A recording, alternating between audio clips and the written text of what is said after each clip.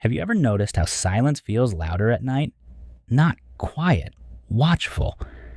This story begins on a night when silence spoke, and it spoke my name. I was alone in my apartment when I heard it. Not a knock, not a scream, a whisper, soft, calm, right behind my ear. It said my name. I live alone on the 4th floor of an old apartment building. No roommates, no pets, no neighbors I talk to. I prefer it that way. That night, I was working late on my laptop. The clock read 2:17 a.m. The city outside was unusually quiet. No cars, no dogs, not even wind. Then I heard it. Daniel? I froze. My name wasn't spoken loudly. It wasn't threatening. It sounded familiar, like someone who knew me well. I turned around. Nothing. My door was locked. The windows were closed. The room was exactly the same. I laughed nervously and told myself it was exhaustion. Lack of sleep can play tricks on the mind. I went back to my screen. Then it happened again. Daniel, don't ignore me. This time my chest tightened. The voice didn't come from one direction. It felt like it came from inside the room itself, from the walls, the ceiling, the air. I stood up and checked every corner. Bathroom, kitchen, closet, nothing. No one. I locked myself in my bedroom and sat on the bed, phone in hand, ready to call someone, anyone. That's when my phone buzzed. A notification. Unknown number. Why are you pretending you don't hear me? My heart started racing. I typed back, "Who is this?" The reply came instantly. "You already know." My breathing grew shallow. I blocked the number. The phone buzzed again. Same message, different number. Then again and again. Every message said the same thing. "I'm right here, Daniel." I threw the phone onto the bed and covered my ears. The whisper returned, closer now. "You always do this," it said softly.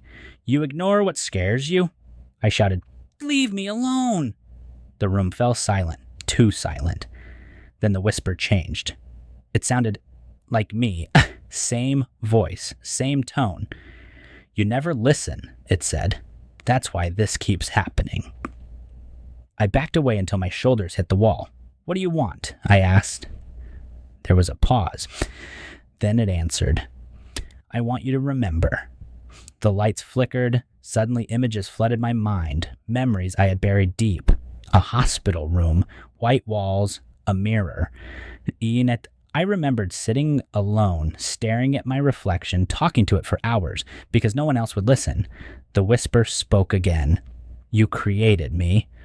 My knees gave out. "No, that's not possible," I whispered.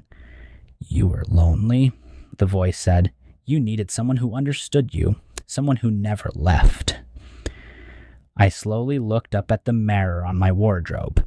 My reflection was smiling. I wasn't.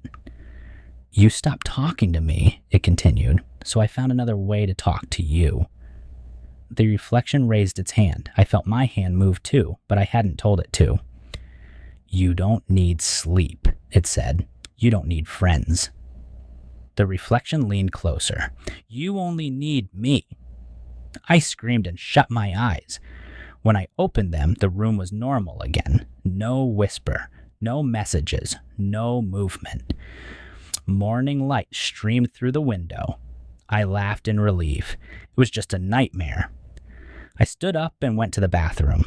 As I looked into the mirror, my phone buzzed in my pocket.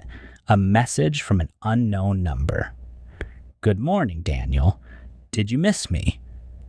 My reflection smiled.